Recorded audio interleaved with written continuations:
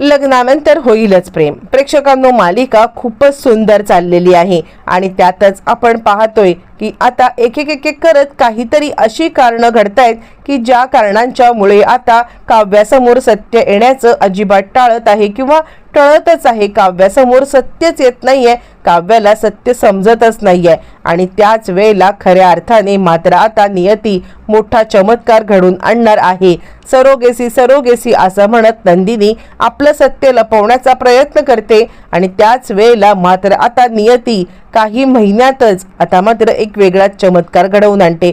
इतकंच नाहीये तर आता काव्याला सत्य समजलंय, पण काव्याला सत्य समजणं हे एक प्रकारे चांगलंच घडलंय. आता काव्याला सत्य समजणं का चांगलं पडलंय किंवा आता काव्याला जर सत्य समजल्यामुळे मात्र आता काय झालंय की नंदिनीच्या आयुष्यामध्ये असे पॉझिटिव्ह बदल झालेत. सगळं या व्हिडिओमध्ये पाहूया. छोटासाच व्हिडिओ अजिबात चुकवू नका. प्रेक्षकांनो, कालच्या भागात आपण पाहिलेले आहे की आता इकडे ज्या वेळेला मुद्दामच वसूने सगळा प्रकार करण्यात आलेला आहे आणि त्यावेळेला वसूने काव्याच्या समोर नंदिनीच्या मिसकॅरेजची गोष्ट काढल्यामुळे आपण पाहिलं की काव्याला मात्र आता चक्कर यायला लागलेली आहे. काव्याला ज्या वेळेला चक्कर येत आहे आणि त्याच वेळेला काव्य आता खाली कोसळणार. मग त्याच वेळेला मात्र आता नंदिनी जीवा हे सगळं पाहतात आणि त्यानंतर त्यांनी आता काहीही झालं तरी कोणत्याही परिस्थितीमध्ये काव्याला काहीच सांगायचं नाही, हा आपला निर्णय कसा बरोबर आहे हे आता यांनी दोघं एकमेकांना सांगत असतात. कारण त्या वेळेला आता इकडे आई सांगत असते, हे बघा तुम्ही हा विषय जास्त वाढवू नका आणि हे सगळं सांगा, उगाचच याच्यातून काहीतरी गैरसमज होतील. पण त्या वेळेला मात्र आता नंदिनी इकडे सांगायला लागते, आई तिची अवस्था बघ. मग नंदिनी काव्याकडे येते, काव्या तू शांत हो. यावरती काव्या म्हणते, ताई कशी शांत होऊ, तू बघ ना काय बोलतायत ह्या, तुझ्या आता बाळाबद्दल बोलायचा यांना अधिकार तरी कोणी दिलेला आहे, यांना कोणी अधिकार दिलाय की त्यांनी हे सगळं बोलावं. मला अजिबात पटलेलं नाहीये. खबरदार जर आता तुम्ही काही बोलला असं म्हणत ती आता पेटून उठले. मग आता नंदिनी तिला शांत करते. शांत करत मात्र आता नंदिनी सांगायला लागते की हे बघ काहीही झालेलं नाहीये. कावळ्याच्या शापाने जर का आता गाय मेली असती तर कशाला पाहिजे होतं.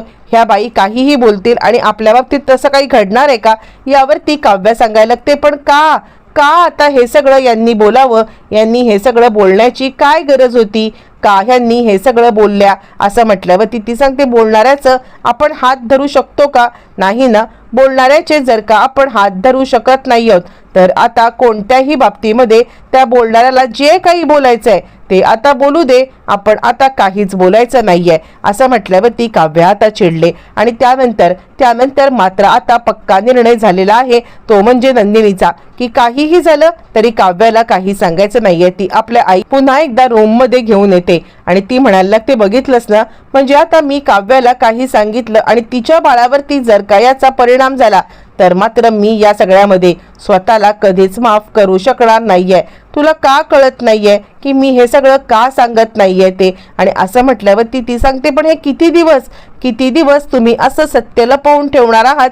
आणि त्यावरती नंदिनी सांगायला लागते, म्हणजे जोपर्यंत काव्याची डिलिव्हरी होत नाहीये आणि तोपर्यंत मात्र आता मी सगळं, जोपर्यंत मला शक्य आहे तोपर्यंत मी कुणालाही काहीही सांगणार नाहीये, हे माझं वचन आहे. आणि त्यावरती आई म्हणते, बाळा हे शक्य नाहीये तुला, म्हणजे तू कितीही करण्याचा प्रयत्न केलास ना तरी सत्य कधीच लपून राहत नाहीये. आणि त्यावरती जीवा म्हणतो, नाही आई, मला पण हिचं म्हणणं पटते की देशमुखांच्या घरामध्ये एका बाळाच्या एंट्री होणार नाहीये, म्हणून आता दुसऱ्या बाळाला त्रास देणं हे अजिबात योग्य नाहीये. आणि म्हणूनच आता मी सुद्धा हिच्याच बरोबरीने आहे. आम्ही दोघं जण हा निर्णय घेतलाय. आणि फायनली नंदिनीने आता मात्र मोठाच निर्णय घेतलाय की काव्याला बघितल्या होणारा त्रास किंवा काव्याला जे काही सहन करावं लागतंय ते सहन करावं लागू नये, यासाठी नंदिनीने फायनली हा निर्णय घेतलेला आहे. बरं, हे सगळं होतं काव्याच्या चोर ओटीचा प्रोग्राम आता व्यवस्थित पार पडतो आणि त्यानंतर काव्या सांगायला लागते, ताई अजून एक महिना बाकी आहे आणि या 1 महिन्यामध्ये आता इकडे तुझं सुद्धा चोर ओटीचा प्रोग्राम करायचा आहे. मी आता लवकरात लवकर त्याची वाट पाहते आहे की कधी एकदा तुझा चोर ओटीचा प्रोग्राम होतोय. मला सुद्धा तुझ्या चोर ओटीच्या प्रोग्राममध्ये खूप सारी धमाल करायची आहे. आणि त्यामुळे नंदिनी मात्र आता काहीच बोलत नाहीये. नंदिनी मात्र आता खूपच अस्वस्थ आहे आणि ती विचार करते मी किती दिवस हे असं सत्य लपवून ठेवण्यामध्ये यशस्वी होणार आहे. मला खरंच कळत नाहीये की हे सत्य लपवून ठेवता येईल का मला. आणि त्यावरती काव्या तिला विचारते, ताई काय झालंय? म्हणजे मी बरेच दिवस पाहते की तू या सगळ्यामध्ये खूपच अस्वस्थ दिसत आहेस आणि तू आता काहीतरी माझ्यापासून सत्य लपवती आहेस का? असं म्हटल्यावरती नंदिनी आता मात्र हसून सांगते, नाही ग बाळा, मी तुझ्यापासून काय सत्य लपवणार आणि कशासाठी लपवणार? मी आता तुझ्यापासून कोणतंही सत्य लपवत नाहीये. आणि असं म्हटल्यावरती मग आता ती सांगायला लागते, ठीक आहे ताई, तू म्हणतेस तर त्याच्यावरती मी आता विश्वास ठेवते, पण मला अजूनही असं वाटते की तू माझ्यापासून काहीतरी लपवत आहेस. आणि त्यावरती ती तिला हसून आता उत्तर देते नाही. आणि मग काव्याच्या डोक्यामध्ये आले आणि ती आता विषय काढते की नंदिनी ताईच्या चोर ओटीचा प्रोग्राम आपण कधी करायचा आहे? तो सुद्धा प्रोग्राम आपल्याला करायला पाहिजे ना. आणि त्यावरती मग आता सगळेच जण सांगायला लागतात, हो बरोबर आहे, नंदिनीच्या सुद्धा चोर ओटीचा प्रोग्राम झाला पाहिजे. पण आता नंदिनीचं जे काही सत्य आहे ते सत्य फक्त आता माहिती आहे ते म्हणजे आईला आणि जीवाला. आणि त्यामुळे ते दोघं जण सोडून बाकी सगळेच जण या आता म्हणजे चोरोटीचा प्रोग्राम करण्याची तयारी करतायत. पण नंदिनी मात्र आता हसून हे सगळं टाळण्याचा जरी प्रयत्न करत असली तरी जो काही त्रास आता तिच्या जीवाला होतोय ते फक्त तिला आणि तिलाच माहिती असतं. आणि त्यामुळे ती बिचारी या सगळ्यामध्ये आता कुढत आहे. पण नियती मात्र आता तिला एक वेगळी संधी देणार असते. बरं, हे सगळं होतं नंदिनीची आई तिच्या मदतीला धावून आलेली आहे. आणि नंदिनीची आई सांगायला लागते, मुळातच आपल्या म्हणजे आमच्या इथे खरं तर आता इकडे माझी 2 मिसकॅरेज झाली होती आणि त्यामुळे एक चोरोटी भरल्यावरती पुन्हा दुसरी चोर ओटी भरून मला अपशकून करायचं नाहीये. कारण ना मला असं शंकेची पाल चुकते की आता एकीचे चोर ओटी भरले ना तर आता आपण नंदिनीचं डायरेक्ट डोहाळं जेवण करूया, काय वाटते सगळ्यांना? असं म्हणत मात्र आता इकडे तिने मुद्दामच नंदिनीच्या आईने हा सगळा प्रकार इकडे सगळ्यांच्या समोर आणलाय किंवा हे सगळ्यांच्या समोर प्रस्ताव मांडलाय जेणेकरून नंदिनी या सगळ्यामध्ये मात्र आता एक रिलॅक्स होईल किंवा चोरोटी खोटी भरायला लागणार नाही.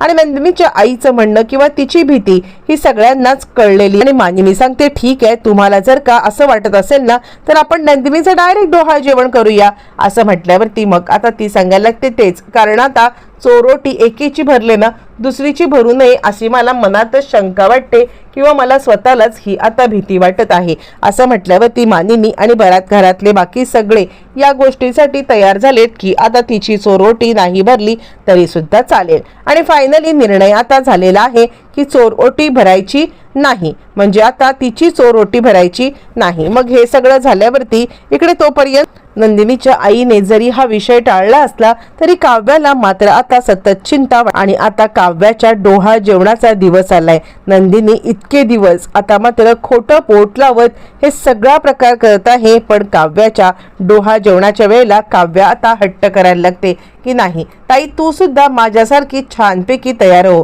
तुझं आता आपण चोरोटीचा प्रोग्राम सुद्धा केलेला नाहीये आणि मला असं वाटतं की माझ्या डोहाळ जेवणाचा तरी आता तू छानपैकी तयार व्हावं. यावरती जीवा म्हणतो, काहीतरीच काय, तिचं डोहाळ जेवण आपण आता करणारच आहोत ना, मग असं हा अट्टाहास का? पण त्याच वेळेला मात्र आता इकडे लगेचच सगळ्यांनाच प्रश्न पडतो. आणि त्यावरती मानिनी म्हणते, अगं तिची इच्छा आहे ना, तिची जर का इच्छा आहे की तू या सगळ्यामध्ये छानपैकी तयार व्हावं तर हो की तयार. असं म्हटल्यावर ती नंदिनीकडे आता कोणता पर्याय नाही. आणि आता इकडे तिच्या डोहाळ जेवणाच्याच दिवशी मोठा खुलासा होणार आणि तो खुलासा नंदिनी प्रेग्नेंट नसल्याचा. आपण इतकंच नाही आहे तर नंदिनी इतके दिवस नाटक करत होती हे सुद्धा सत्य आता सगळ्यांच्या समोर येणार आहे.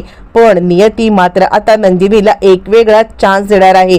ती ज्या वेळेला सरोगेसी असं म्हणत आहे त्याच वेळेला नियतीने मात्र आता नंदिनीच्याच ओटीमध्ये बाळ टाकलेलं आहे. आणि नंदिनी काव्याच्या डोहा जेवणाच्या दिवशी चक्कर येऊन खाली नंदिनीच प्रेग्नंट आहे हे सत्य समजलेलं आहे.